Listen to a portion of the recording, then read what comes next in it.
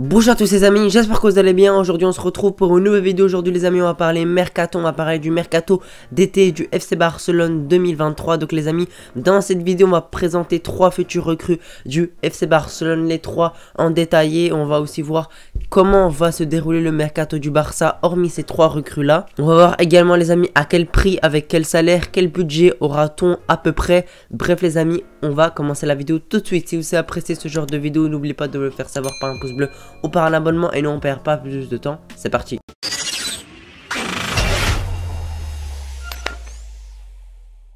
Alors les amis, vous savez que le mercato d'été du Barça 2022 a été excellent, notamment avec Rafinha, avec Koundé, avec Christensen, etc. On a vraiment recruté pas mal de joueurs, on s'est renforcé un peu partout, que ce soit en défense, un peu au milieu et en attaque également. Et donc franchement ces recrues là ont été assez bénéfiques pour le Barça. Je pense surtout à Christensen qui a été le patron de la défense avec Araujo. Également Rafinha qui a fait vraiment une saison assez bonne, j'ai envie de dire. Il est quasiment à 10 buts, 10 passes D. Donc pour une première saison c'est pas mal, sachant qu'il n'a pas été tout le temps titulaire. Quand Dembélé n'était pas blessé, la plupart du temps c'est Rafinha qui était sur le banc et Dembélé qui était titulaire. Donc franchement quasiment toutes nos recrues ont porté leurs fruits et je suis quasiment déçu de aucune recrue. Cet été les amis, le FC Barcelone s'est positionné sur beaucoup de recrues, même si on va pas toutes les boucler. Le FC Barcelone va essayer de faire ramener un maximum de joueurs. On peut penser par exemple à Gundogan, on peut penser à Messi, on peut penser à Kimmich, on peut penser à vraiment plein d'autres joueurs. Et également Inigo Martinez, etc., etc. Il y a vraiment beaucoup de pistes que le FC Barcelone essaie de travailler au maximum pour faire simplement venir un maximum de joueurs au FC Barcelone et de se renforcer à plusieurs postes, dont le poste de latéral droit par exemple. Il y a aussi Cancelo qui pourrait venir au Barça aussi, je l'ai oublié.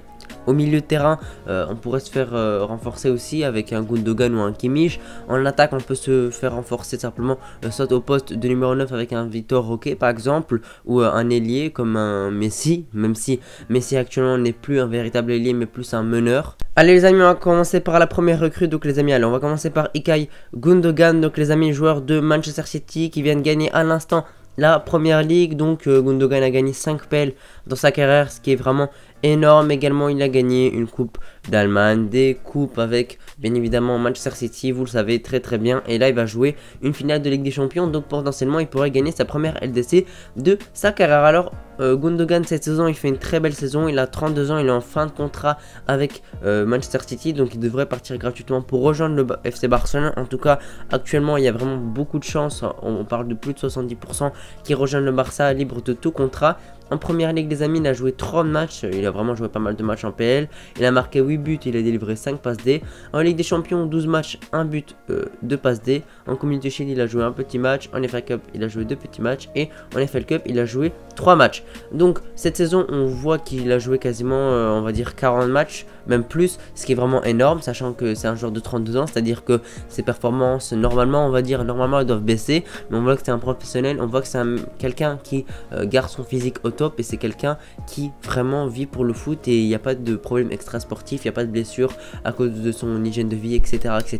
Et c'est pas pour rien qu'il est encore à Manchester City et qu'il joue encore beaucoup de matchs malgré qu'on connaisse simplement les grosses équipes de Manchester City. Donc imaginons si Gundogan ne serait plus un bon joueur, il serait parti depuis longtemps parce qu'on sait qu'ils ont énormément d'argent, donc à tout moment ils auront pu le faire partir tout simplement et recruter un autre joueur à sa place. Mais Gundogan, il est là depuis très longtemps à Manchester City, il est vraiment excellent depuis qu'il est là. Et voilà les amis, c'est vraiment, Gundogan c'est vraiment quelqu'un d'important dans le jeu de Manchester City. Il joue rapidement, il percute, il peut se retrouver très facilement dans la surface. Il marque des fois et délivre des passes D. On voit en paye, il a marqué quand même pas mal de buts et pas mal de passes D.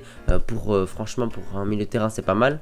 Les amis, pour le prix du transfert, il n'y en a pas tout simplement parce qu'il sera libre de tout contrat. Et pour son salaire, on parle de 7 millions d'euros à peu près, je pense, 6 millions, quelque chose comme ça. Donc pour Gundogan, pour moi, c'est pas mal. Il ne demande pas un salaire exorbitant non plus, même si ça restera un bon salaire franchement au Barça parce qu'on sait qu'on essaie vraiment de baisser la masse salariale et on réussit petit à petit à la faire en éliminant Busquets, Piqué, etc. C'est vraiment pas mal. Mais voilà, quand tu veux faire venir des grands joueurs dans ton club, il faut bien évidemment que tu les payes un minimum, sinon ils ne viendront pas. Ils iront dans d'autres clubs tels que le Bayern, tels que le PSG, etc.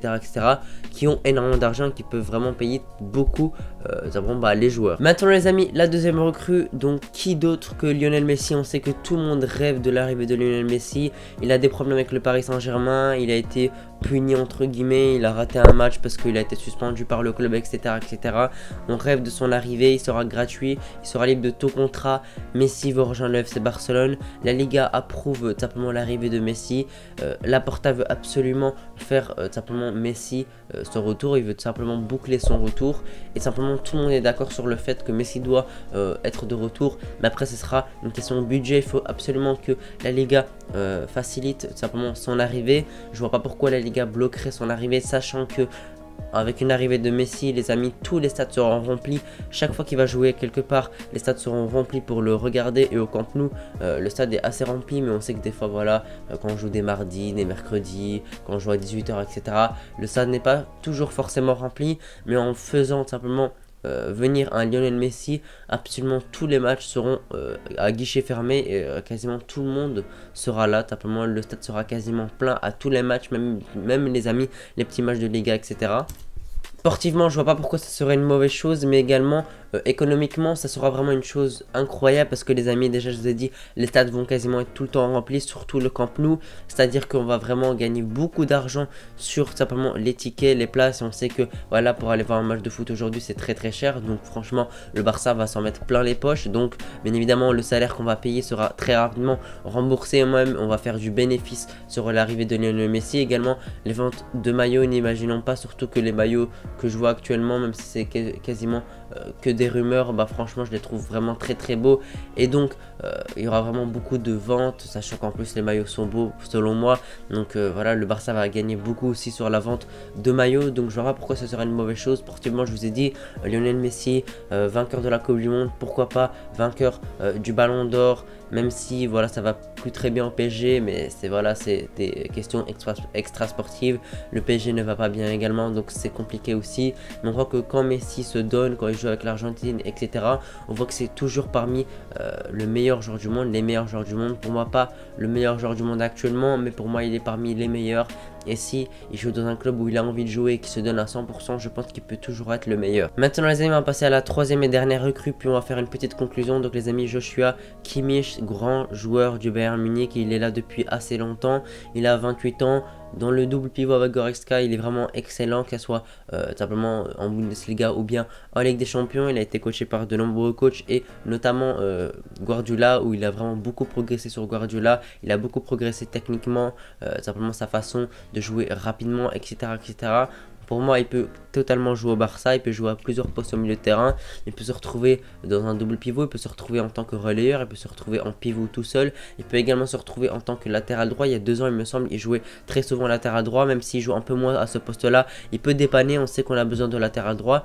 Bien évidemment, moi je veux pas qu'on le recrute pour le faire jouer à ce poste là. Il peut être là pour dépanner au cas où s'il y a un blessé, etc. Il peut se retrouver décalé à droite et jouer en tant que latéral. Il est vraiment excellent, il apporte pas mal à droite, même si c'est pas son poste de prédilection. Donc les amis, Kimmich, qu'est-ce qu'il pourra apporter au Barça? Déjà son expérience, il a gagné la LDC avec le Bayern, il a gagné plusieurs Bundes, joueur d'expérience. Il pourra apporter son expérience au FC Barcelone, parce qu'on sait que notre milieu de terrain, Frenkie de Jong, Gavi, Pedri, est très très jeune. Donc pour moi, faut bouger Gavi et attendre un peu, le mettre sur le banc et le faire jouer un peu moins, parce que les amis, il a à peine 18 ans. Pour moi, il nous faut un patron milieu de terrain. T'as Frenkie, t'as Pedri, pour moi il te faut encore un joueur de plus. T'as Gundogan et Kimmich en plus, franchement ça pourrait être vraiment bien. Soit tu fais jouer dans un milieu à 4, soit tu le fais jouer dans un milieu à 3. Pour moi c'est pareil, c'est à Xavi de voir, c'est lui le coach, et c'est lui qui voit comment il veut faire tourner son équipe, parce que les amis, c'est le coach, je vais pas dire ce qu'il doit faire à sa place, même si moi personnellement je préférerais quand même un milieu à 4 avec un Messi meneur, et avec derrière Messi, pourquoi pas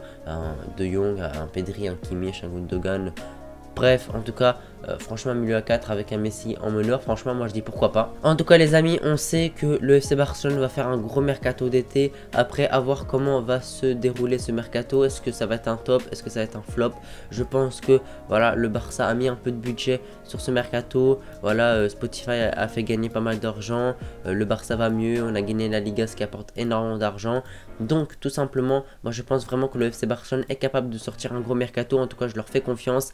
Il faut absolument réussir notre notre mercato d'été 2023 pour pouvoir essayer d'aller loin en Ligue des Champions, essayer de gagner de nombreux trophées la saison prochaine et être encore mieux que cette saison, même si cette saison-là je la trouve pas mauvaise, mais pour moi on peut faire mieux. Voilà les amis, merci d'avoir regardé la vidéo jusqu'ici. Si vous l'avez apprécié, n'oubliez pas de vous abonner, de lâcher un pouce bleu. Moi je vous remercie d'avoir regardé la vidéo jusqu'ici. On se retrouve pour une prochaine vidéo. Allez les amis, merci d'avoir regardé. Ciao.